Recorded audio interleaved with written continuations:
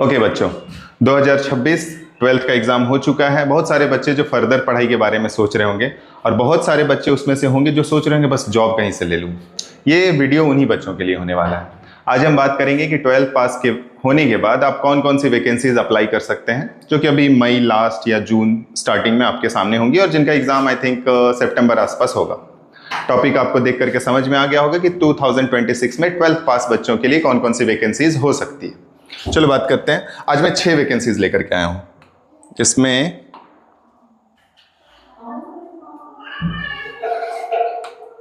सबसे पहले आपको देखना होगा पोस्ट ऑफिस की वैकेंसी है, दैट इज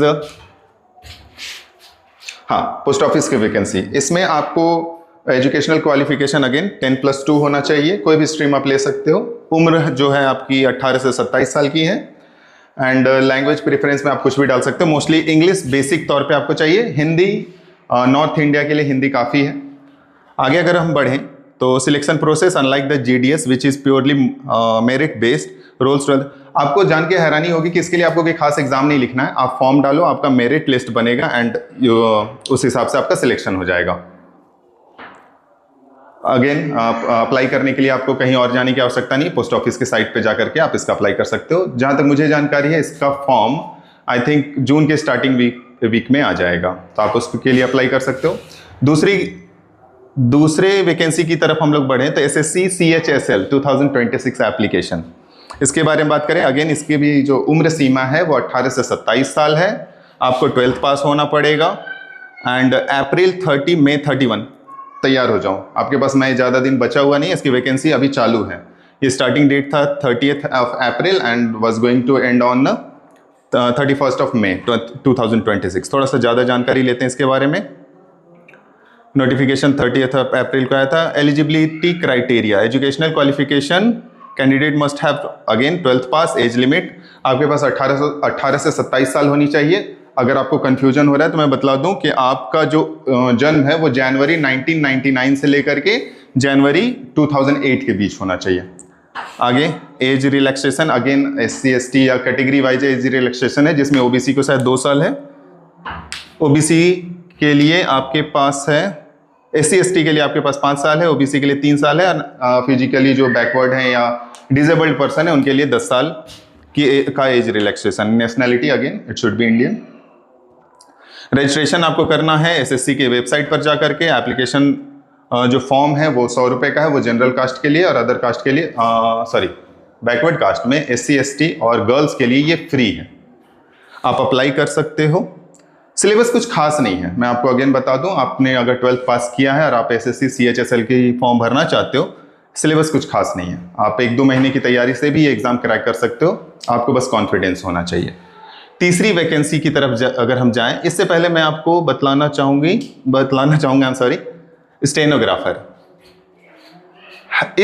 वो बच्चे जिनका मैथ में कमांड नहीं है या जिनको ये लगता है कि मैथ मेरे से नहीं होगा, बहुत ज़्यादा अच्छा नहीं है, उनके लिए ये सबसे परफेक्ट है। परफेक्ट इसलिए है क्योंकि इसमें मैथ के सवाल नहीं होंगे, बस एक चीज़ चाहिए, दैट इज़ टाइपिंग स्पीड। और टाइपिंग स्पीड जहाँ तक मुझे पता है आई थिंक 100 वर्ड्स पर मिनट होना चाहिए। जरा इसके बारे में जान लेते हैं। जुलाई अगस्त 2026 में वैकेंसी आने वाली है, आपके पास इनफ टाइम है। और टाइपिंग ऐसा चीज़ है, मुझे लगता है कि अगर आप 1-1.5 महीने सिर्फ कीबोर्ड सामने रखो, एक स्क्रीन रखो या किसी कैफ़े में जा करके भी आप इसकी प्रैक्टिस कर सकते हो। कुछ खास नहीं करना, एक न्यूज़पेपर सामने रखो, read the article, type the content on your keyboard. आप टाइपिंग मास्टर वगैरह जो एप्लीकेशन है वो भी इस्तेमाल कर सकते हो उसको ठीक करने के लिए। Eligibility again you need to pass 12th and age limit 18 to 30 for grade C and grade D 18 to 27। आप फिर से अपना एज कैलकुलेट कर सकते हो जनवरी 99 से लेकर के। अगर आप जनवरी 2008 के बीच में जन्म लेते हो, आपके लिए वैकेंसी है। आपको ध्यान रखना है टाइपिंग पे, ओके। एज रिलैक्सेशन उसी तरह OBC एंड SC ST के लिए अलग से एंड फिजिकली बैकवर्ड या डिजेबल्ड पर्सन के लिए अलग से 10 साल के आसपास का एज रिलैक्सेशन है। Skill test, that is again if you want to be an stenographer you need to type very fast. Again minimum speed should be 100 words per minute. I think इसके लिए again SSC का आप website use कर सकते हो। एक बार फिर से मैं देखना चाहूँगा। जुलाई अगस्त में इसका फॉर्म आएगा। तो चूंकि ये सेंट्रल गवर्नमेंट का है, फॉर्म आपको टाइम से ही आ जाएगा। जो एग्ज़ाम डेट होगा अगस्त, सितंबर, अक्टूबर, आई थिंक अक्टूबर नवंबर में इसका एग्ज़ाम होगा। आपके पास इनफ टाइम है। साथ में एक काम करना है, ऐसा नहीं कि अगर आपने 12th पास किया है तो आप सिर्फ एग्ज़ाम की प्रिपरेशन में लग जाओ। आप अगर ग्रेजुएशन करना चाहते हो या आपने CUET का एग्ज़ाम दिया हुआ है तो कहीं एडमिशन भी ले लेना, सो दैट कि आपका सेशन गैप ना हो।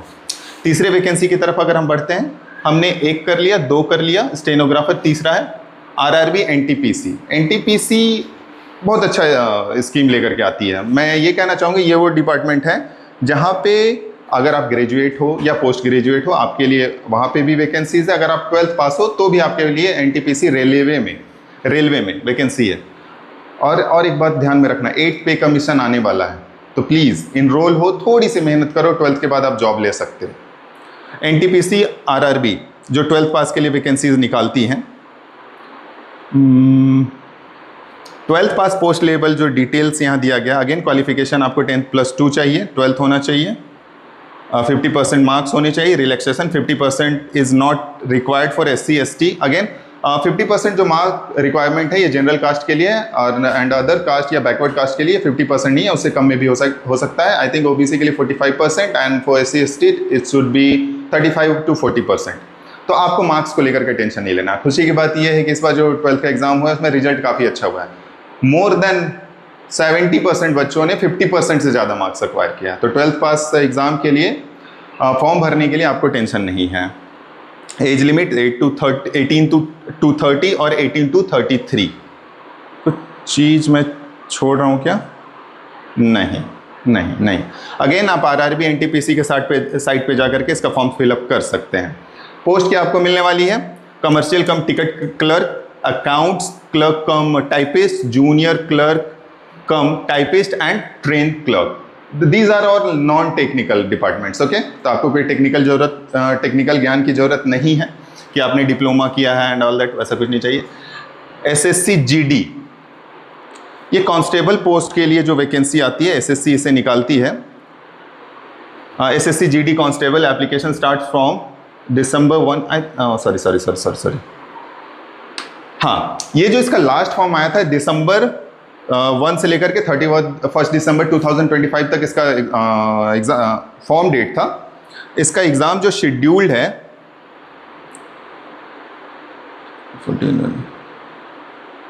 ये हाल फिलहाल में ही है। जो नेक्स्ट फॉर्म इसका आने वाला है अगेन वो जून लास्ट या जुलाई फर्स्ट वीक में आ जाएगा। तो इसे यहाँ पे रखने का यही मकसद है कि इसका फॉर्म फिर से आने वाला है, तो आप फिर से प्रिपेयर हो सकते हो GD के लिए। फिर से मैं आपको याद दिला दूं, आपने 12th पास किया, आपके ऊपर घर की जिम्मेदारी है, आपको जॉब चाहिए। These are the options in front of you, ध्यान से देखना। आप चाहो तो स्क्रीनशॉट भी ले सकते हो। लास्ट, इंडियन आर्मी अग्निवीर, इसको लेकर के काफ़ी विवाद भी रहे हैं, बट अगर आप देश की सेवा करना चाहते हो तो ये एक अच्छा अवसर हो सकता है आपके लिए। 13 फरवरी 2026 विंडो ओपन हो जाएगा इसका portal and register the common entrance examination for registered candidate scheduled. जिन्होंने इसका फॉर्म भर दिया उनका एग्जामिनेशन शेड्यूल है 1 to 16 of 1 to 16 June 2026। Admit card will be result on 15th May and आप इसकी जानकारी आर्मी के ऑफिशियल साइट पे ले सकते हो।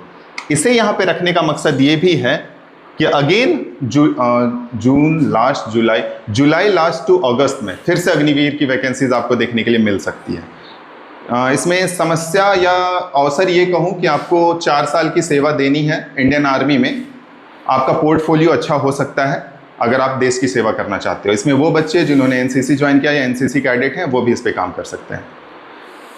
अगेन वो लाइक सब्सक्राइब देख लेना, मुझे रिक्वेस्ट करना अच्छा नहीं लगता। And these are the information. Thank you.